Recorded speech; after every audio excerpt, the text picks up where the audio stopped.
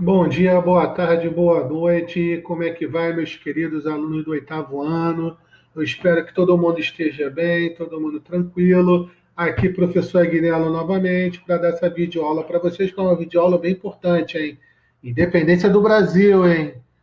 Lembrando, sempre lavar as mãos, né? Botar um álcool em gel, ficar em casa, mas tiver que sair por algum motivo, botar uma máscara. Lembrando que é quarentena, tá? Não é férias.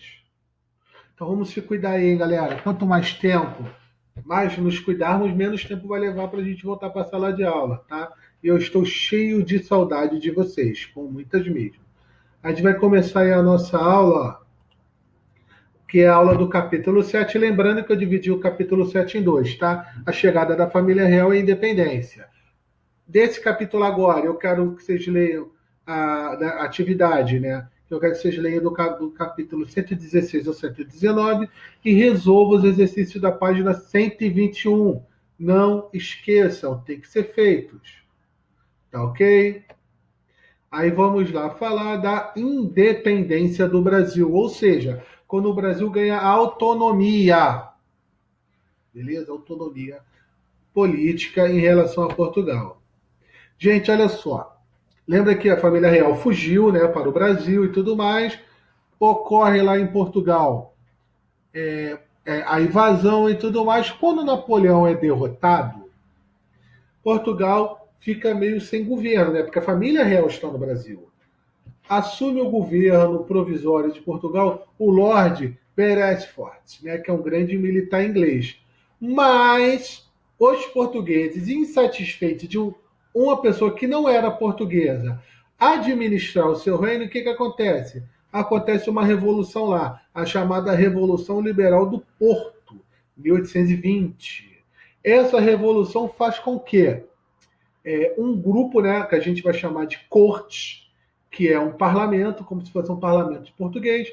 Esse parlamento ele começa a fazer administração de Portugal e algumas medidas tal, mas a principal medida deles que eles tinham a intenção de recolonizar o Brasil, ou seja, fazer com que o Brasil obedeça novamente o que a gente vai chamar de Pacto Colonial.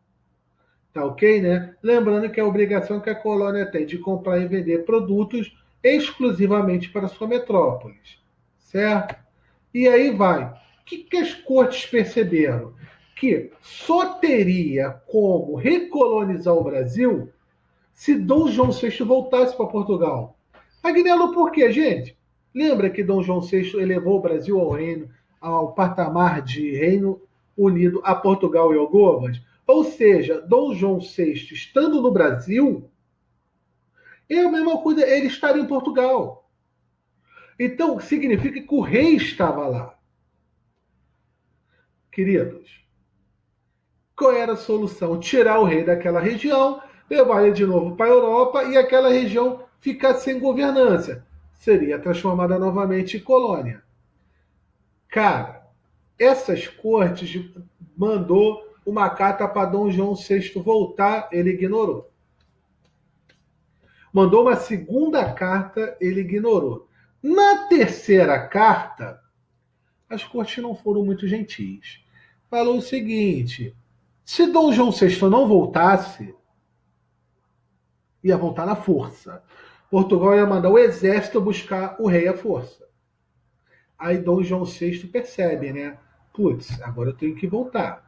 E não era porque ele não queria voltar. Primeiro que ele gostava do clima do Brasil. Segundo que ele também gostava da comida do Brasil. E terceiro, babada, hein? Ele gostava das mulheres do Brasil. Então ele não queria ir embora, né? Ele queria continuar aqui.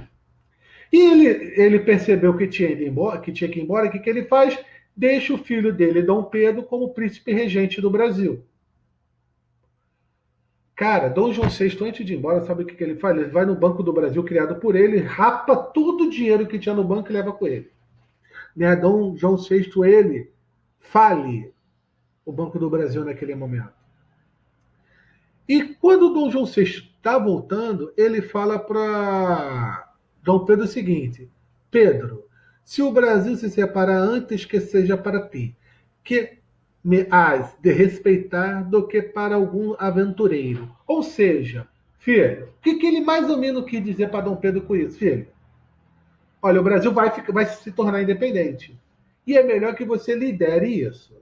Essa é a ideia que ele está tendo. Tá ok? E aí o que acontece? As cortes portuguesas perceberam que Dom João VI voltou, beleza. Mas o herdeiro também estava lá. Então ele só poderia colonizar se o herdeiro voltasse também. Então o que as cortes fizeram? Mandaram uma carta também para Dom Pedro voltar para o Brasil. Perdão, Dom Pedro voltar para Portugal. Galera, na boa. Ele recebeu a carta, né? A primeira, ele leu e percebeu que ele teria que voltar para Portugal. Por causa de articulações políticas, principalmente de um camarada que a gente fala muito pouco na história, mas participa bastante, que é José de Bonifácio, né? Um conselheiro direto do Dom Pedro, José de Bonifácio e tudo mais. O que Dom Pedro percebe? Meu irmão, vou ficar no Brasil. E esse dia que ele decide ficar no Brasil é o dia do Fico, 9 de janeiro de 1822, que ele fala ilustre frase, né? Se é para o bem de todos e felicidade geral da nação, estou pronto.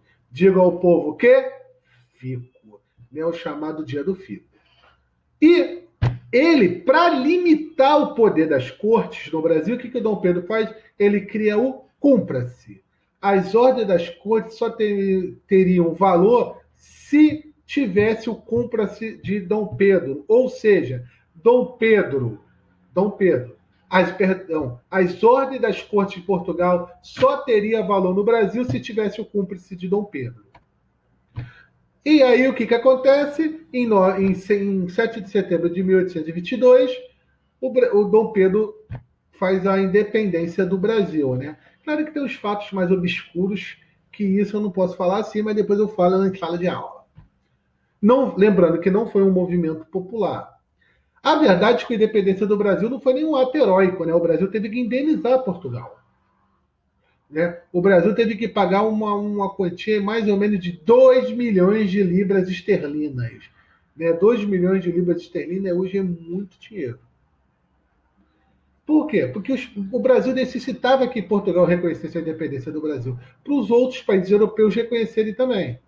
Os dois primeiros países que reconheceram a independência do Brasil sem antes o reconhecimento de Portugal foram Estados Unidos, né, que estava de olho no mercado consumidor brasileiro, e o México. Tá ok?